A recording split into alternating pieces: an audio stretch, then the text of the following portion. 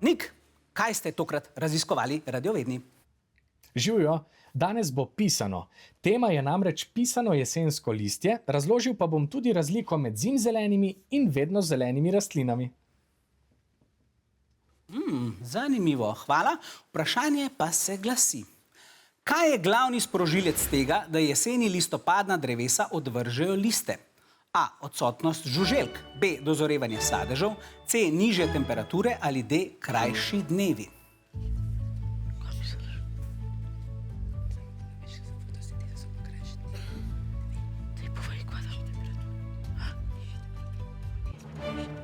Aha, obe ekipi sta izbrali odgovor C, menijo, da gre za nižje temperature. Nik, kaj se torej jeseni dogaja z drevesi? To, da drevesa odvržejo listje, jim pomaga preživeti zimo.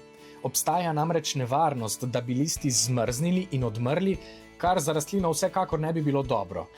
Kako pa drevesa sploh vedo, da prihaja zima?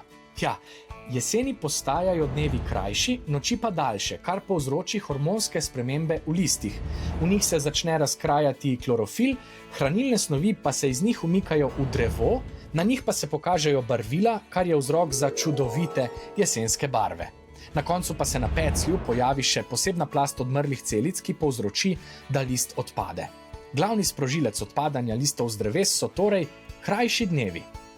Radiovedni pa smo pri raziskovanju naleteli na še eno zanimivost. Poznate razliko med vedno zelenimi in zimzelenimi rastlinami?